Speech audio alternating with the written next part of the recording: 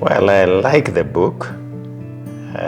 In fact, I love it because it is her story, but also it's my story by design.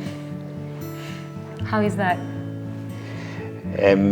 Because much as the book is about her profession and her journey, I picked up with her when she was fairly young and when I was also fairly young. And so from that point on, our lives have been intertwined. So you could say that you were living vicariously through her. So it was her story, but you lived it as well. Yes, I did. And that is what makes it interesting to me. But it would also be interesting to the reader, not necessarily me, because of the inspiration, the resilience that has been her journey. So could you tell me what's your favorite part of the book?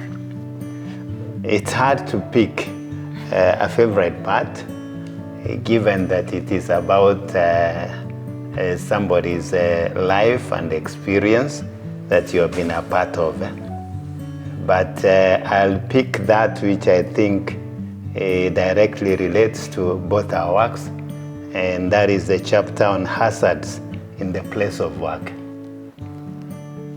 Okay, could you read it for us? Yes, the chapter on hazards in the workplace reads like this. Other than being vulnerable to corruption, the other workplace hazard I have experienced as a judicial officer is people using non-associations to solicit for bribes. I remember of a staff who worked in the human resource department.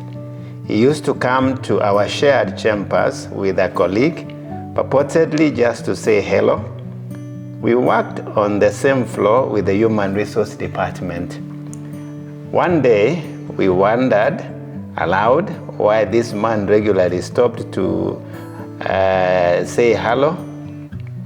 Incidentally, the colleague became a judge earlier than me and is still serving. Our speculation about his intention ended when an elder in my church revealed that the fellow had told his relatives who had a case before me that I had sent him to collect money on my behalf. The church elder believed I would do no such thing. On that day, when the fellow came in, relatives of the elder were indeed left standing outside. I would never have known that somebody was peddling my name to solicit for money, were it not for the elder who knew me well as a person of integrity and informed me of the shenanigans. He was certain I was not the kind to engage in any shady corruption. Disgusted, I reported the matter to the registrar of the High Court, but the man was merely transferred to my great disappointment. The greatest hazard that a magistrate or a judge faces is when persons solicit bribes purportedly on their behalf, yet they have no idea this is going on. In this case, I was lucky that the elder knew me and personally, and he told me about it. My husband worked in a premier referral hospital in audit and finance. He told me of cases where crooks would solicit bribes, purportedly on behalf of senior doctors before surgeries were performed. The crooks turned out to be con artists. I then realized that these hazards are inherent in other professions too. To deal with corruption, the great monster has to be detected and reported. Do not give in when no action is taken against folks who practice corruption. My institutional memory serves me right that God always vindicates his own though they suffer long and are sometimes falsely accused. There is mighty satisfaction derived from doing the right thing and upholding the right values at work and in the world. Every time I delivered a judgment, I went back home and slept like a baby. I harbored no fear because I was sure that God was with me always. That is the chapter that I found interesting. And it resonates with you, I guess, because you had a shared hazard. Yes, it resonated with me, and it also resonates with other professions. I like that. I'm going to read you my favorite, and you'd be surprised. It was when I was growing up and we moved houses. So I'm going to read you a chapter called Moving to Riverside. So Ngumba is an estate in the Eastlands of Nairobi, just off the Thika Highway, hemmed in between Kenya Breweries on the west and Moi International Sports Center, popularly known as Kasarani Stadium, on the east. When I joined the Judiciary of Kenya as a magistrate, our rented residence was in this estate. Though our first child was born in Nyeri, as in first child me, where my husband had been working with the government, our second born was born while staying in this estate. At the time, the only road was through the brewery, and public transport vehicles were not allowed to access it. This made it a quiet, small estate. We found this convenient. My husband would drop me at work, but depending on how my work was, sometimes he would go home ahead of me by public transport. It was on one such occasion, during the reign of Chief Justice Hancock's, as I was heading back to my house along Thika Road, that I noticed a person seated next to me in the public transport vehicle looking at me. By this time, I'd been a judicial officer close to 3 years. Eventually, when I reached my destination, I threw a quick glance at the fellow. I could not believe my eyes. It was the very man that had had a case in my court, charged with the offense of obtaining money by false pretenses. I had been sitting next to an alleged conman whose case I was handling. The day after that scary incident, I talked to the CJ about my predicament, and I was allocated a house in Riverside.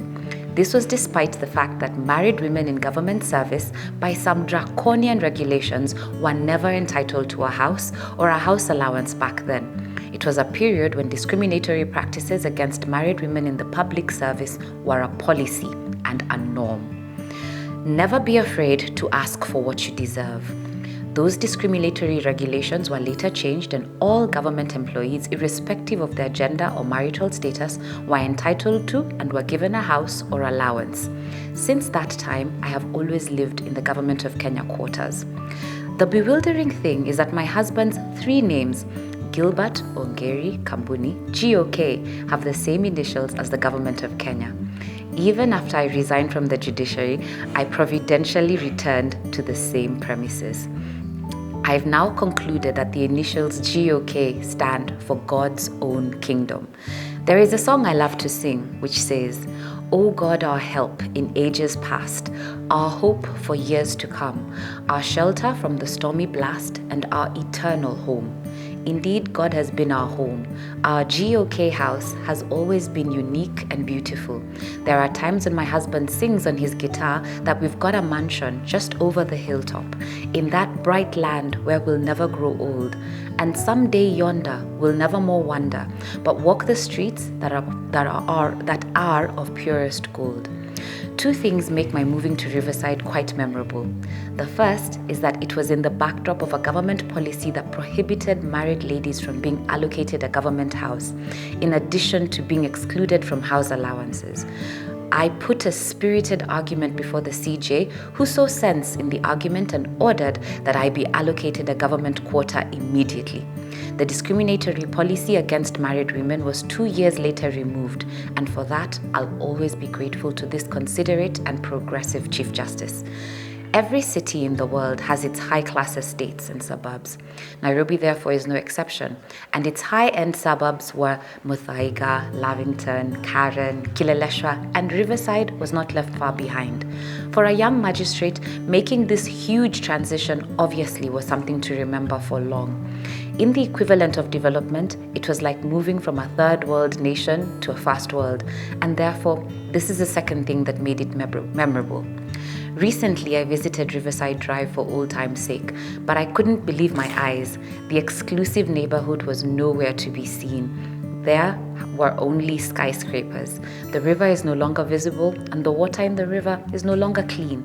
My sweetest memories of Riverside Drive are early morning prayers when I recited Psalms 23, and I could actually feel God's hand leading me through still waters.